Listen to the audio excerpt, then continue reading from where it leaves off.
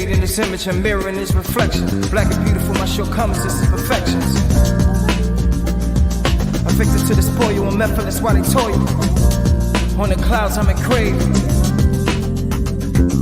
Homage to my people who fight to be equal.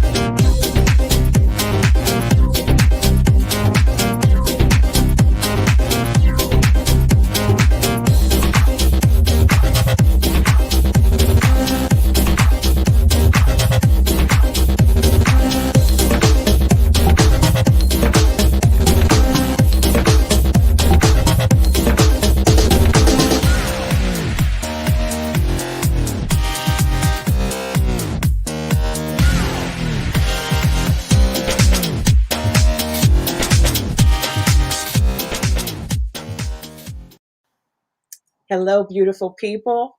Welcome to welcome to Colorism Conversations.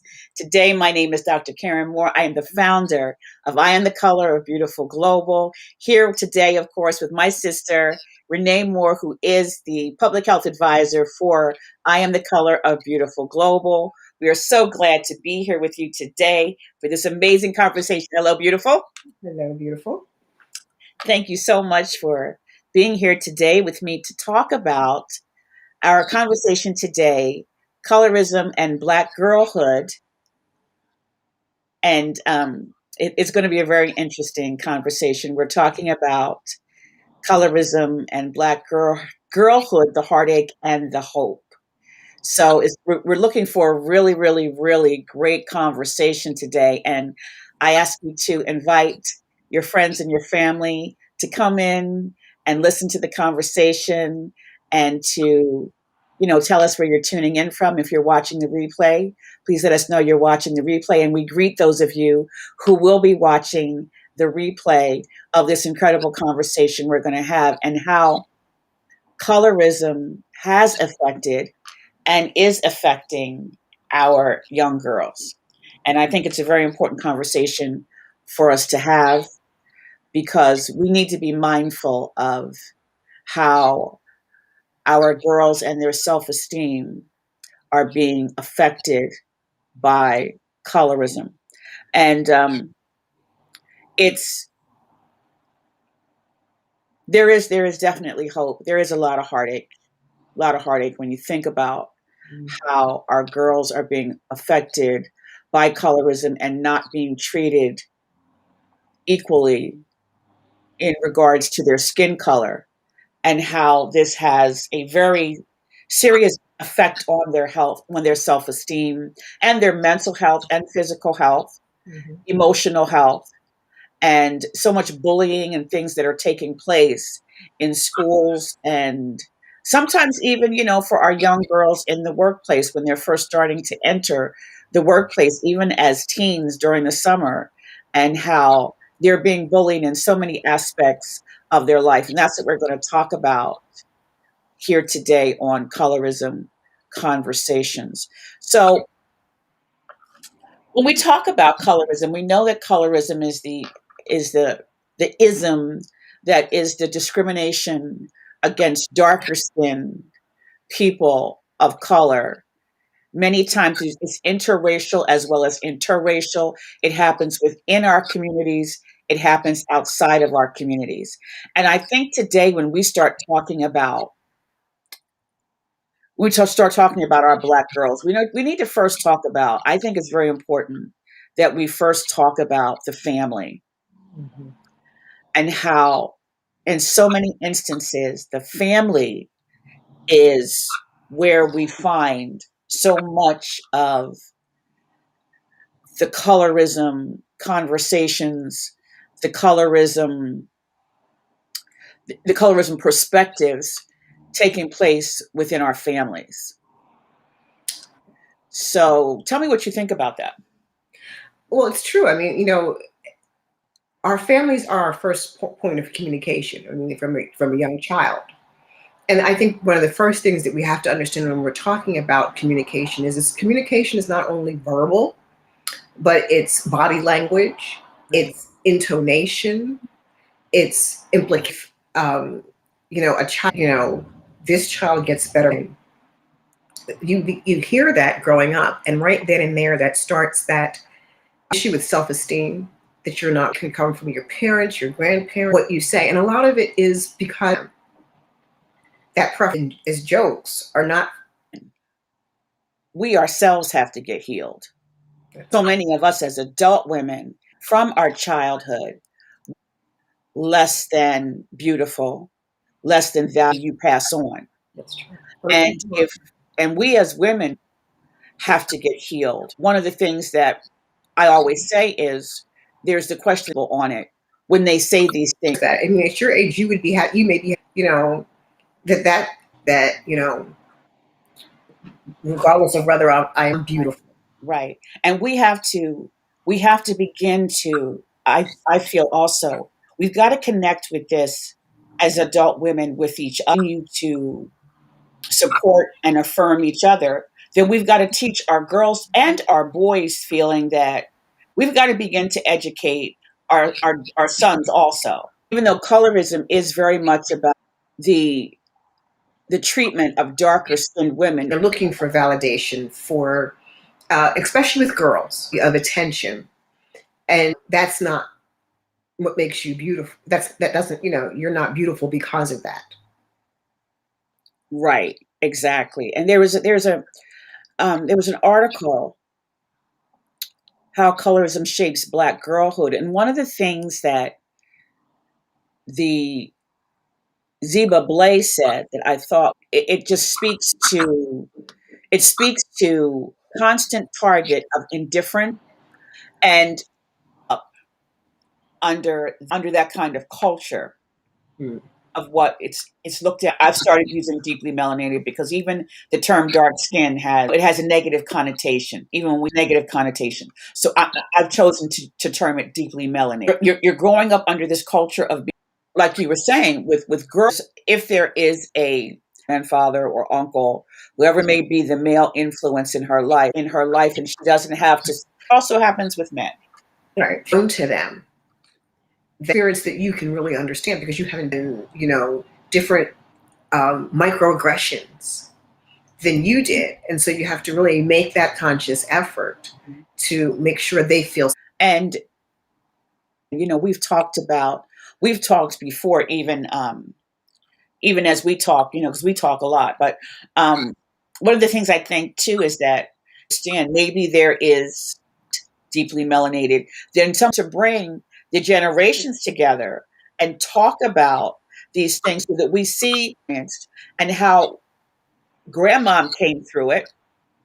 And you may have to do something a little different, but you get to know that you come through it, and you still get to know the experiences of other generations in our families and how things, it gets back to again how these family gatherings. Now I know when we're supposed to be seen and not heard, and we need to families nowadays that we can sit down and we can talk about generation that misses so much of what happened before, those stories that they need, what grandmom and grandpa become a part of that conversation.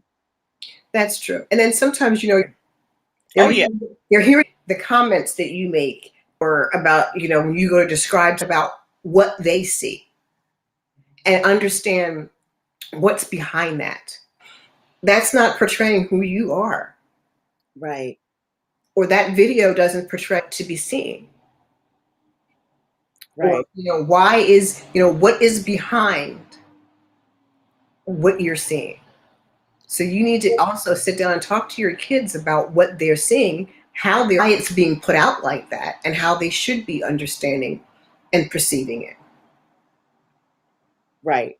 And to understand for them to understand their value. To understand that, Again, and that the beauty standard that's put out in Hollywood is pretty much unachievable by the average person. And a lot of that is photoshopped and filtered and airbrushed. And okay, is that really what you look like?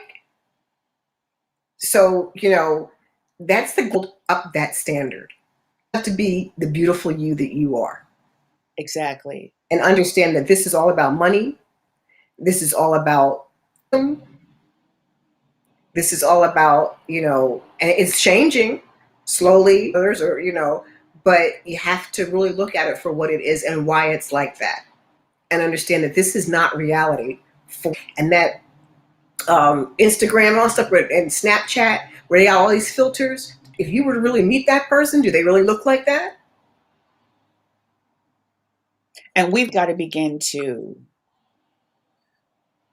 really let beauty beauty is, beauty is on the inside, yes. On the outside, everybody does.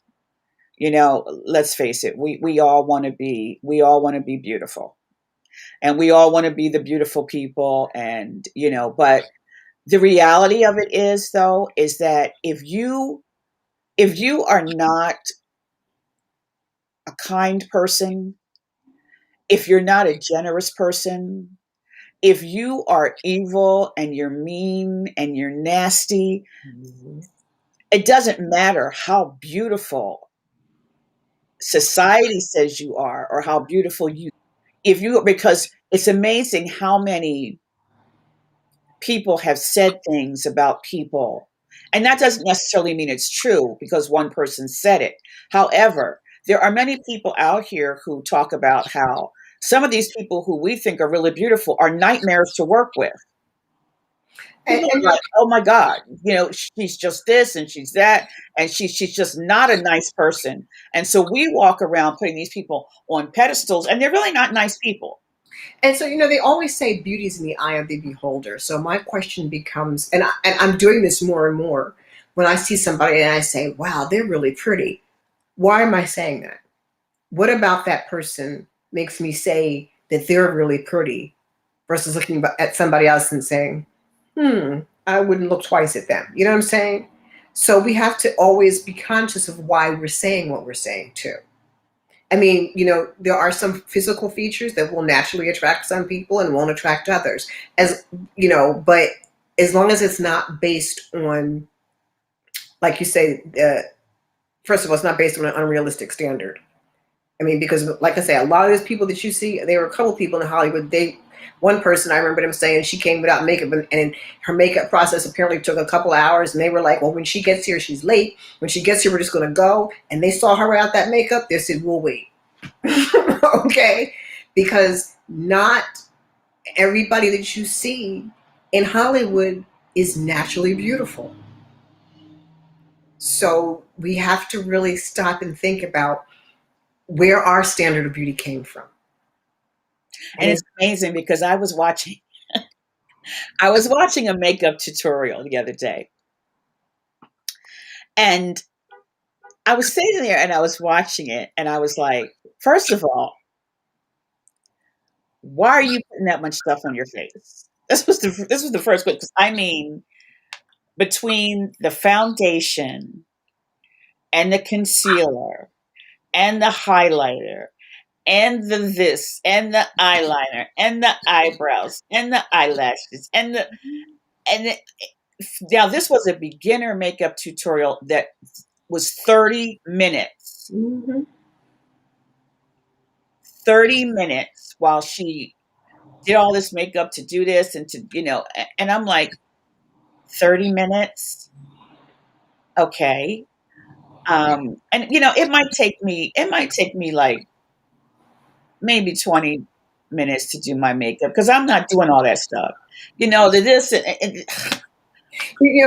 think it was you that told me about that great scene from, I think it was that Frankie and Johnny or something, with Jane Fonda. Jane Fonda, and she was an older woman, and this guy, was interested in her romantically, and she was really nervous, and she was like, "But I'm not really who you think I am." And she starts taking off the eyelashes and the makeup and the fake boobs and this and the girl Taking out hair pieces. hair pieces.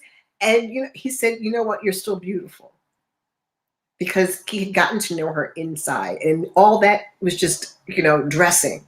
So we really have to stop. Look, we really, as far as setting our standard, as far as Hollywood standard, most of those people don't look like you think they do. And really, when And because they get the lighting and they get the makeup and they get the perfect, and so it's really, you have to really love you for you you do, and be proud of the beautiful skin that God gave you, yes, because you are fearfully and wonderfully made. yes. And And I it's so important that our girls really understand about what real beauty is, and it's not in all the makeup, because when the makeup comes off, when the eyelashes come off, when the hair comes off, when Mhm. all of that stuff comes off, who are you? That's Who right. are you when all of that stuff comes off? Who are you? Are you someone that is kind and compassionate and has civility, Hello. and is interested in treating all people as kind, and helping all people regardless of what they look like, what package they come in. This is what our we need to really begin to be telling our girls and our boys, Yes, and our children, period. What kind of person are you?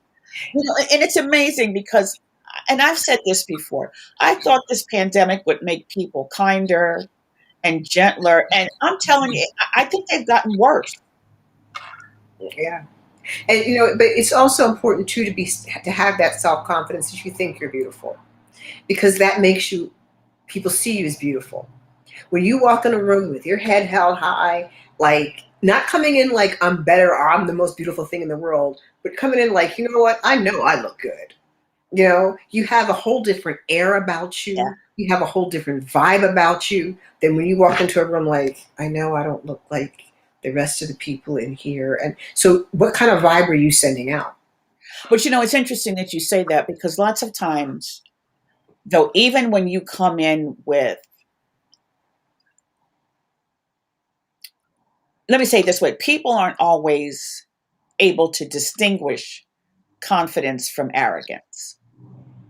And I think that a lot of times you don't really get to know the difference until you get to know the person, Sure. because I can't tell you how many people, and I was never one who felt like I was particularly, I mean, I'm a lot more confident now. You can't tell me nothing now. But um, earlier in my life, I wouldn't necessarily say that I was particularly a really confident person. I mean, I was always one who I was always a hair and clothes kind of person. I was. I mean, not in a sense that I had to have certain labels, but I always wanted to dress a certain way. Hmm. Right? And I was always a hair kind of girl. Always had my hair done and all kinds of stuff. And I can't tell you how many people had said to me, I thought you were. I didn't know that you were as nice as you were. I thought you really stuck up. And so I was kind of trying to understand that, because I'm like, well, how did you come to that determination about who I am? Well, Just because I happen to dress a certain way and carry myself a certain way, you decided that I was stuck on myself and stuck up. Well, so I think that that comes from two places. One, I think that people are intimidated by confidence, so they make assumptions about confidence. And two, sometimes they lack self esteem. They're not confident in who they are. That's true. So they feel threatened, and they've got to put a label on why they feel threatened. And the reason I feel threatened is because she's arrogant, she's unapproachable, she's hoity toity. I've gotten that same thing. Yeah. And you know me, I'm not the hair girl, I'm not, I'm not the hair clothes shoe girl. Give me a pair of sweatpants and a t-shirt and I'm happy as a pig in slop. Okay. but I'm quiet. I'm not an extrovert. And people have said to me, well, I thought you were stuck up. Why? What gave you that assumption?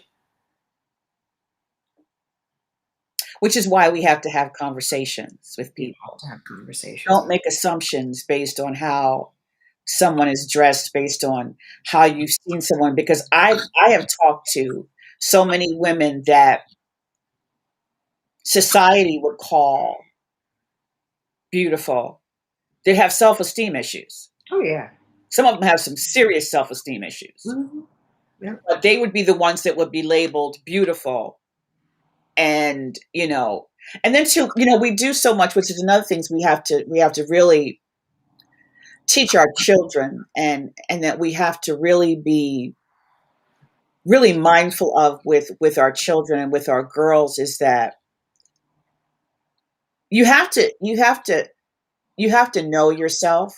Mm-hmm. You have to take the time to sometimes be by yourself and find out who you really are, and decide who you are and who you're going to be. Come to the understanding of who God made you to be, and what your destiny is, what it is, your purpose is.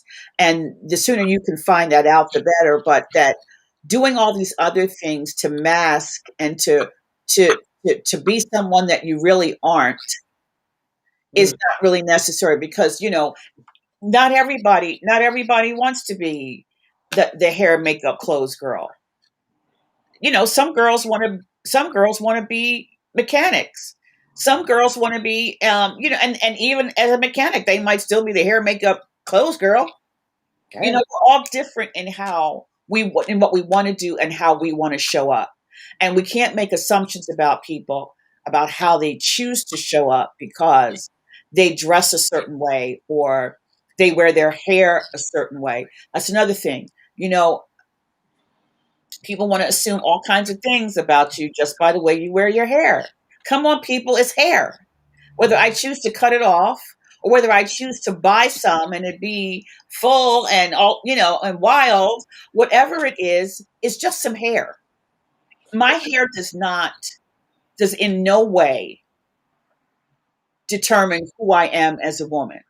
I can change it, I can color it, I can do whatever. That does not change who Karen is. And but once again, that's that standard of beauty as to what's acceptable, what's manageable, what's pretty is the texture of your hair. And so I think it's just so important to instill in our young girls in particular confidence, not only in who they are, but sometimes even the confidence to challenge some of their friends or some of their classmates or some of their teachers about what they say. Right. And knowing girls' hair, these teachers cutting children's hair, as far as I'm concerned, it's assault. It is. Why are you cutting these children's hair? Who gave you the right to decide how my child needs to wear their hair? Because you don't like it or whatever. But so and you have to pick and choose your battles, and you do have to do it in a respectful manner, especially when you're confronting adults. But sometimes it's just a matter of a question. Why do you think that? Or why do you say that? Or why do you think that's appropriate for you to say or do to me? And especially when we're talking about interracial colorism, most of us have a relative in our family most of our families range the spectrum. So when you, as a deeply melanated man, tell me I'm not pretty as a deeply melanated woman, well, you got that deep melanin from somebody. So Some you gonna turn around and tell me your mother's not beautiful? What makes you think it's okay? And if your mother isn't deeply melanated, then your grandmother must be. On your father's side, somebody had some woman in your family apparently had some melanin in their skin. So when you turn around and call me those names, when you turn around and say I'm not beautiful because the color of my skin, you're telling me your family's not beautiful. And if my family can't produce beauty because they're not beautiful, then neither can yours. So what's that say about you? exactly, exactly. All right, we're going to take a quick break. We'll be right back. Okay. We're having a conversation with African American filmmakers. Join the African American Women in Cinema Filmmaker Series at the Clubhouse, presented by I Am the Color of Beautiful Global, every Monday night, 6 p.m. Eastern Standard Time. AAWIC on Clubhouse. Join us on the Clubhouse app for this inspiring conversation. Hosted by Karen Moore, founder of I Am the Color of Beautiful Global. This Monday, May 3rd, 2021, AAWIC on Clubhouse, we'll be talking to filmmaker Monda Raquel Webb. Monda combines producing, writing, performing, and publishing under her consulting company, Monda Media, LLC. Her new project is Portraits in Black, honoring our national treasures. Join us this Monday at 6 p.m. on the Clubhouse app for African American Women in Cinema Filmmakers Series. See you there. Oh, that sounds exciting. I'll be there. Awesome. Yes, that's tomorrow at 6 p.m. All right. So So let's talk for just a few minutes about, which we kind of did talk some about this, about what parents, caregivers, aunties, uncles, fathers, mentors, coaches can do to begin to help make sure that deeply melanated girls are not falling prey to the hurt and trauma of colorism. So one of the things, and we kind of touched on this, is talking to girls about race and ethnicity, about the value of their skin tone and hair texture, and about finding their own features beautiful. And I think one of the things that we need to do to be able to do that is to really have real present conversations, because sometimes we have these conversations in passing, but we need to really take the time and be present and have real present conversations with our daughters about how they feel about themselves and what do they see when they look in the mirror. And when you see your hair and when you see your skin, what do you see? And really, really helping them to really see through their own eyes their real beauty and about the beauty of their hair, and however they choose to wear it, that it is beautiful, that they don't have to not be natural if that's what they want. right. So I think we've got to take that time to really, and even for parents to stand with them in the mirror and ask them, what do they see? And ask them, what do they see when they see you? What do you see when you see me? Mm. And take that time with them. And we need to do it. We need to do it with our sons too. Yeah. What do you see when you look in that mirror? Yeah. Who's looking back at you? Who is that person? What do you really see when you're looking at them? And then discussing and highlighting positive and influential women of color who look like them in the media.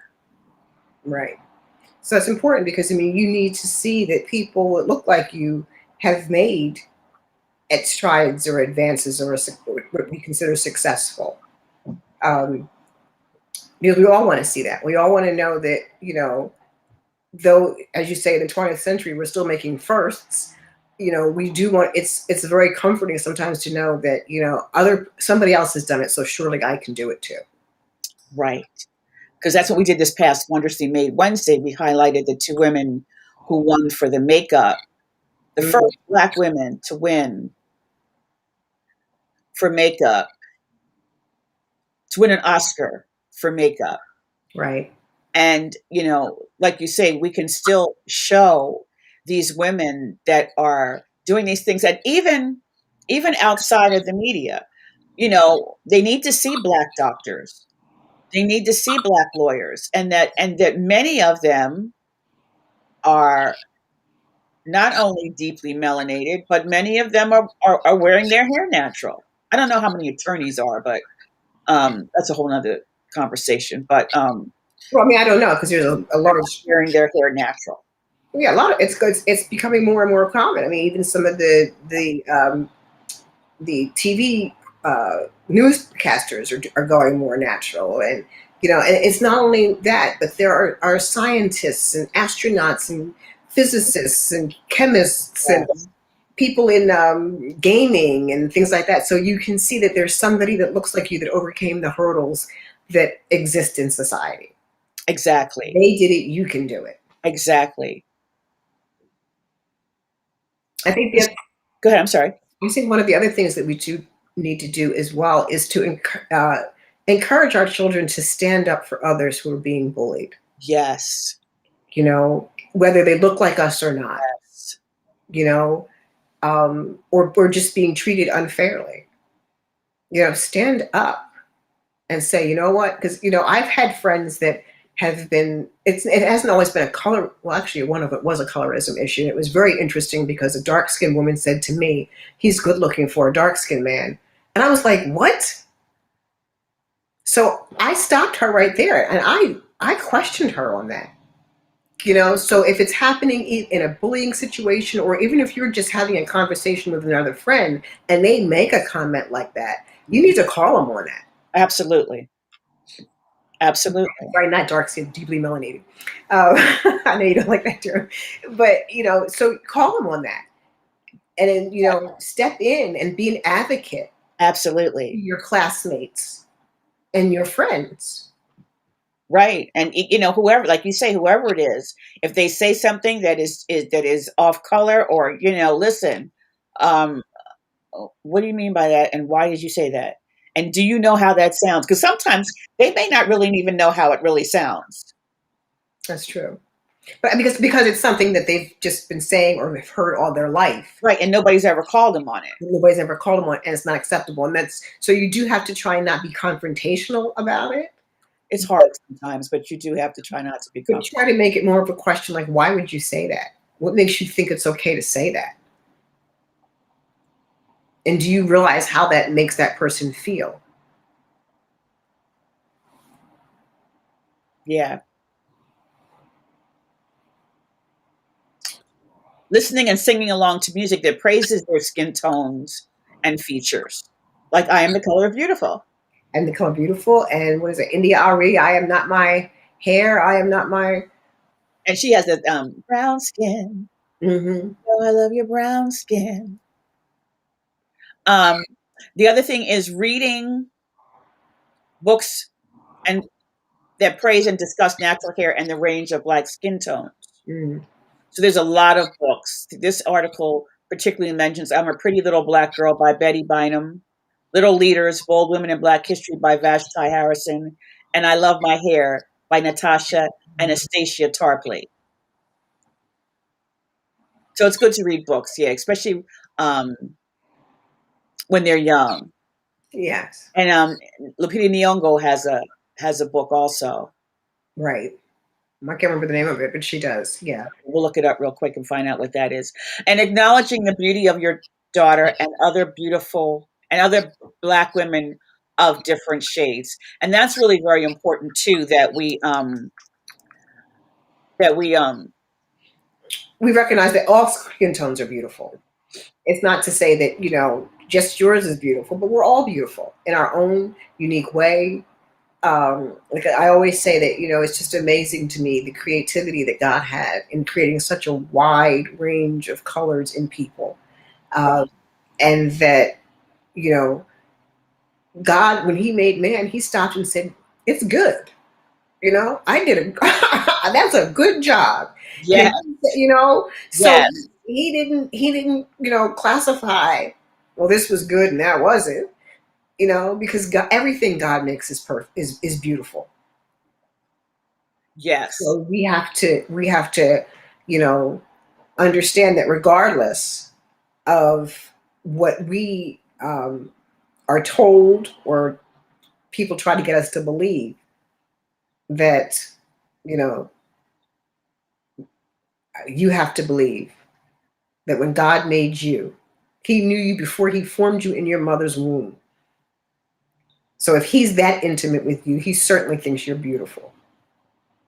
And we are seeing more and more actresses that are deeply melanated Yes. begin to have parts in shows and parts in movies. Issa Rae and what we know about Viola and Lupita. Oh, Lupito's book is called Soulway, Sulwe, Soulwe or Soulway it might be. I'm not So, sure how to pronounce it, but it's Sulwe. That's Lupita Nyong'o's book, right. children's book about a dark skinned little girl who wishes she was lighter. Mm. Um, and then we were talking about Regina King. Let me tell you, Regina King. This is a little off subject, but okay. Regina King looked absolutely fabulous for the Oscars. She did. She did. Oh my gosh, that dress she had on, and I mean, she was just. And Angela Bassett. Oh, well, I mean, now does that woman ever age? Oh God, I just want to know what she does. What she got money But these are beautiful. and health. Yeah, but these are beautiful black women who are doing phenomenal things. And I So, was going to mention, my husband and I watched last night the movie Tom Clancy's Without Remorse, mhm. and Jodie Turner Smith, who I mean, she's deeply melanated, and she is just oh my god, Mm, just stunning. I believe she was in Queen and Slim, I don't know. but I mean, just her skin is just oh my god. So Just, I don't know. I don't know. I don't know much about the movie. I'm not so sure if that's a movie that you would want your children to watch. I don't no, know. I'm just saying, as far as women, no, no, you don't want your kids watching that. Okay. I was just mentioning as an actress, they can't watch Queen and Slim either. Oh, I don't know. My opinion. Again, that's my opinion because what some people allow their children to watch, that's my opinion. Okay, no, your children shouldn't be watching Without Remorse or Queen and Slim. Okay. So, but you do, but there are plenty of beautiful, dark, or deeply melanated actresses out there for them to see. Well, though, now that we're kind of talking about that,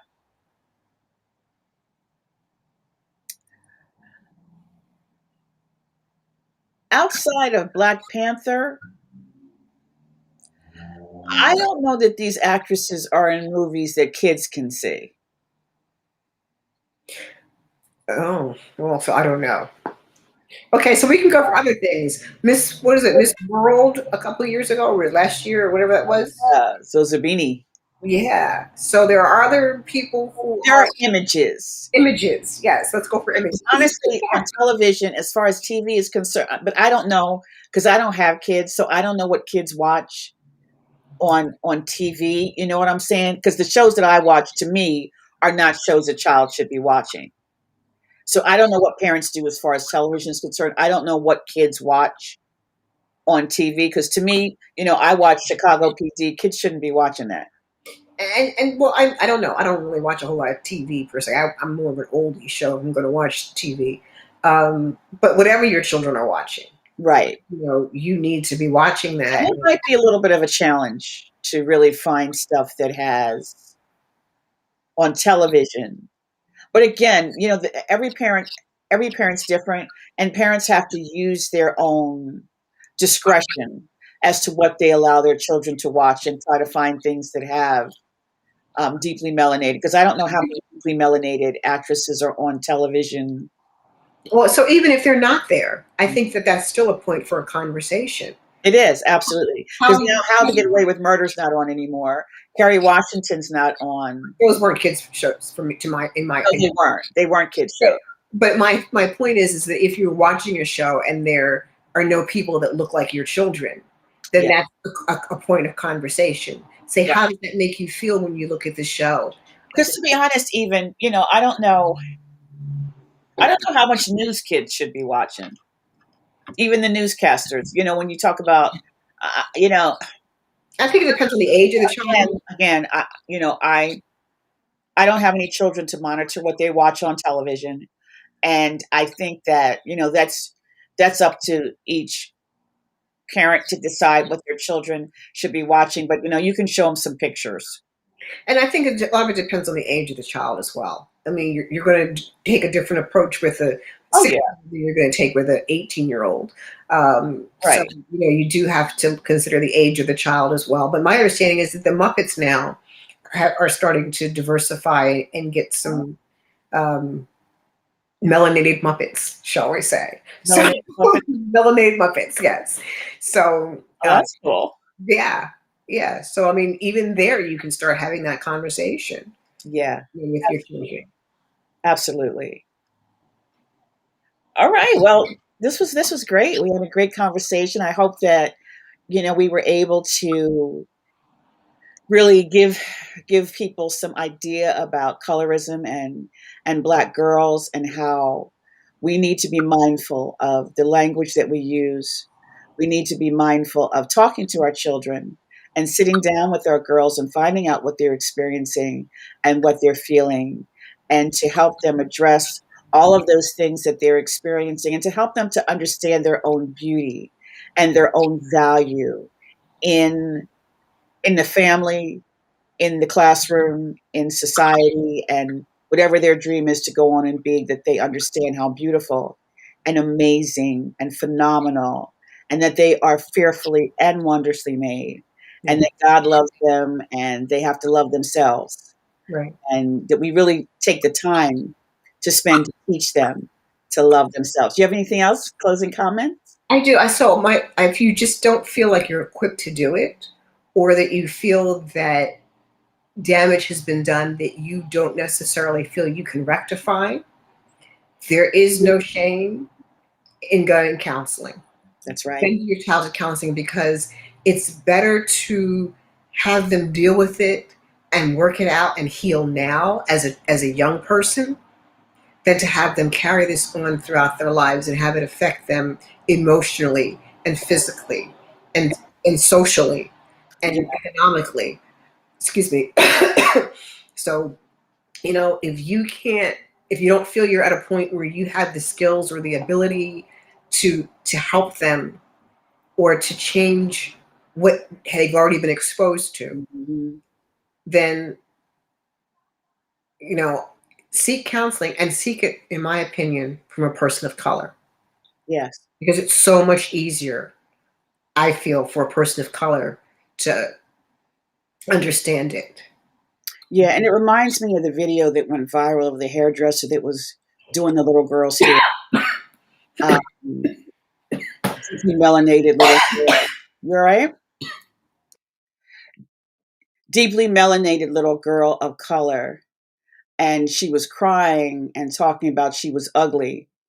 And the hairdresser told her, no, she's not. And that video went viral, and the hairdresser was telling her, you're beautiful. You're beautiful. And she, told her all the beautiful things about her and things. And so, that video went viral, and it just broke my heart to see that baby. I mean, she couldn't have been more than about 4 or 5 years old. That baby crying because she felt she was ugly.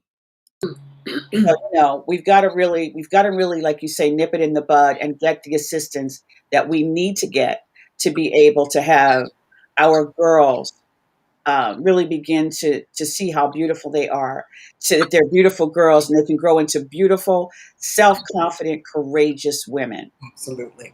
Because that's what we need. And healthy, because Yes. The stress of it does affect you in your body. Yes.